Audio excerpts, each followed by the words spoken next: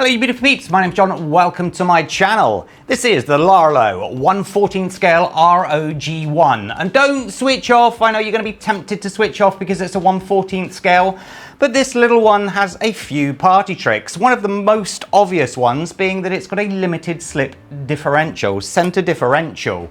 That's very good for sort of ensuring that all wheels have the correct amount of traction, and like for example, if you're in a jump and you come down hard on the rear, it should, in theory, stop any damage to the differentials. So here we have the ROG XDJ something. It is in fact Rlaarlo, made by Rlaarlo, and this is obviously the ROG1. They're both 1/14 scale, but they couldn't be more different, and that's why I brought this one up to show you, because the quality on this one versus the quality on the new one is very, very different indeed. Let me just take the shells off here. Nice little body shell on this one. I do like it. As you can see right off the bat, we've got brushless brushed. Don't worry about that. They both got oil-filled shocks, but then things start to change dramatically. Here you have a very bad ESC receiver combo. Very nice one there from Rlaarlo. That's a 45 amp one there. The actual layout is very similar. Battery left-hand side, servo here and whatnot. Let me quickly show you just a sort of comparison side by side. You can see just everything just feels a bit not very good on this one.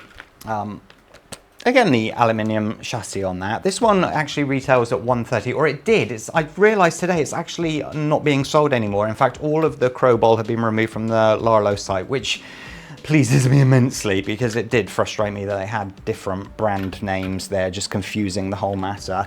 And this is the actual ROG1, and it just looks lovely. I absolutely adore this little one. I'm actually going to be testing this over on the main channel, John Robinson RC. I'll leave the links in the description below. The reason for that is this channel is more about studio work, and the other channel is about testing the vehicle outside. So I'm going to be doing that on the other channel, so please be sure to pop over there to subscribe. Let me just get rid of that and bring in this lovely one here. It's got 11 kg Metal Gear servo on this. I haven't driven it. You can see by the tires. I have had it out just to do some picture taking, actually, at the old abandoned hotel. So the tires got a little bit dirty, but I haven't driven it, not even once. So we'll be finding out how well that goes. It does have a 3S battery as standard. On release date being the 8th of September, it's going to be retailing at $149.99 US, which I think is a very competitive price for a car like this. Anti-roll bars as well. There's a 3S battery there. 2,200 milliamp hour LiPo. It's obviously got the XT60 connectors on it as well, which is very nice. Limited slip diff is here. And it, considering I've not driven it and all of the grease and everything hasn't gotten around, it actually sounds very nice indeed. Suspension's nicely beefed up. I do like that.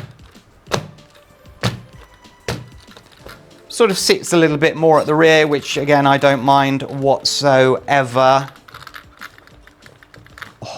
Very nice indeed, very nice indeed. I'm really looking forward to getting this one out and giving it a good thrashing. I'm thinking about taking it over to the skate park. Let's see how it handles a few jumps and the likes of. Now, hidden away in here is the receiver. As I said, it's got the 45 amp ESC here. This can handle the 3S because it comes with the 3S, obviously. It does have a nice little party trick, this one, which is all the way down here. I will show you again with that. There is one screw. That one screw apparently enables you to take this whole section up very easily. However, there is a slight flaw in that plan, and let me show you that. If you see here, it comes up as promised, as advertised. However, you've got the cable tie, so you'd have to cut that to be able to get it up all the way, or just disconnect the switch there, but they've stuck the switch on. Rather than the switch being a slide onto a bracket type switch, they've decided to stick it. So that's the movement that you have, unless you're going to be cutting and replacing the cable tie there every time you want to do anything on the car, which therefore runs the risk of you actually cutting the cable. So that design, oops, sorry about that first one, that design is not very well thought out. It would have been so much more smarter with just, as I said, the little slidey up and down for the switch there.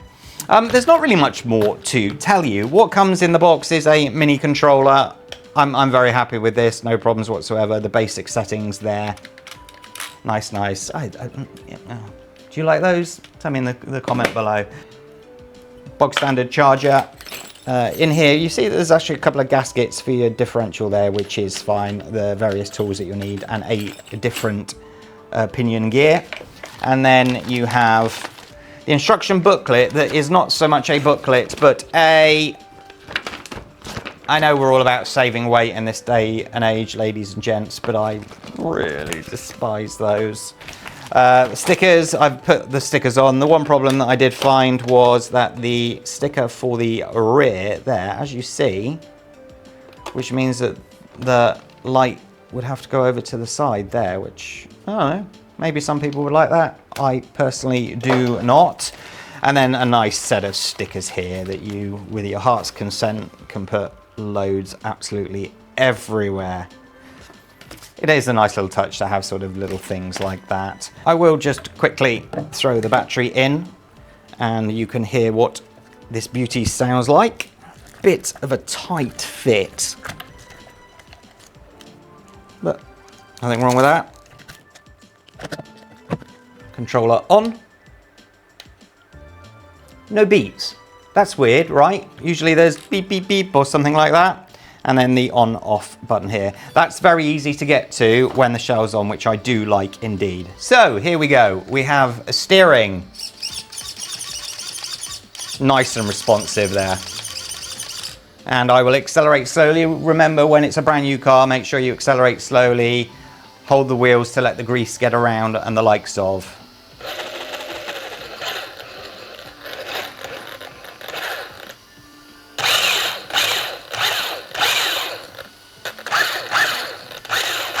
Nice, and let's see full throttle, shall we? See if one of these tyres rips off.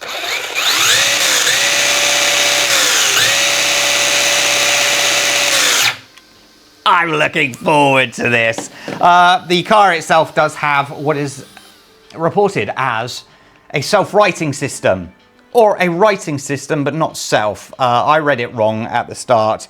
And basically when it's on the roof, you can rock back and forth and get it back onto its wheels. As I said, I thought it was automated. It is not.